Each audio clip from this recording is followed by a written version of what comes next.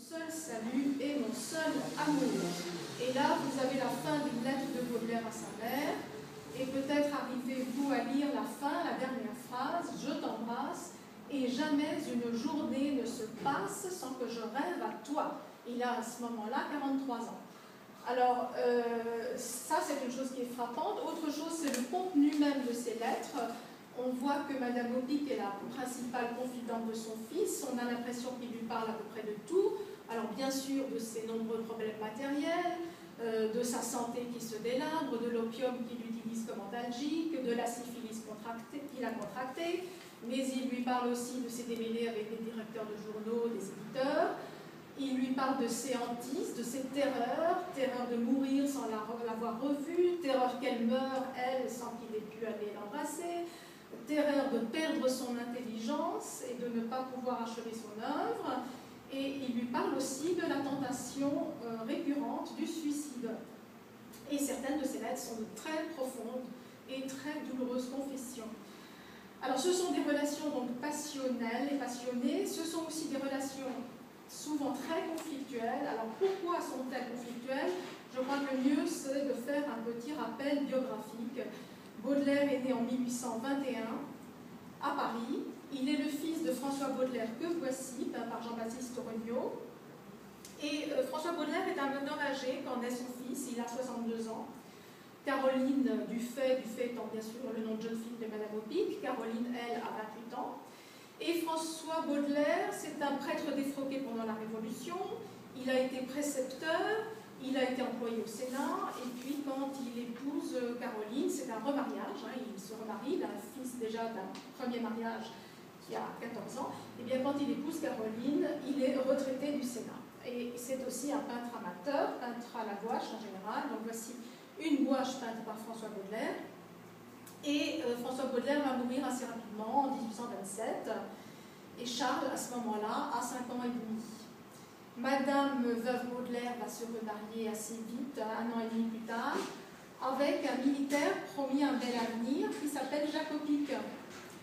Alors Jacques Aubique, qui est-ce? Eh bien, il est né à Gravelines, près de Dunkerque. C'est un orphelin qui a été adopté, élevé par le juge de paix de la ville de Gravelines. Tout ça pour vous indiquer que ce n'est pas au départ quelqu'un qui bénéficie de protection, de l'appui d'une famille riche, mais il est extrêmement travailleur, il va intégrer Saint-Cyr.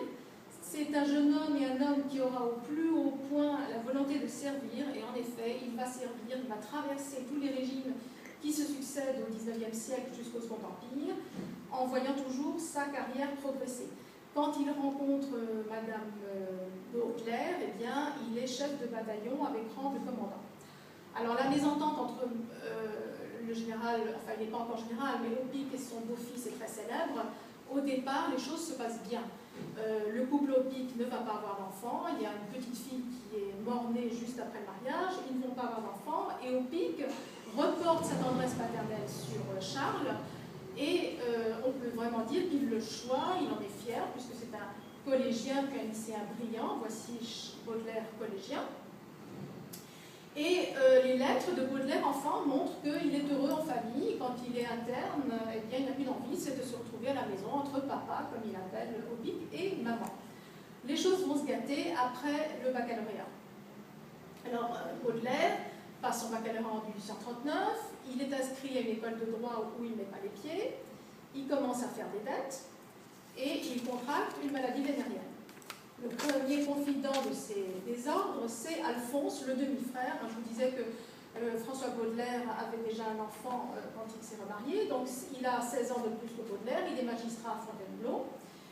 Et après, quand les Aubique sont mis au courant, ils vont penser qu'il faut éloigner ce jeune homme de mauvaises fréquentations supposées, alors on va lui faire faire une croisière qui devrait emmener le jeune homme jusqu'en Inde.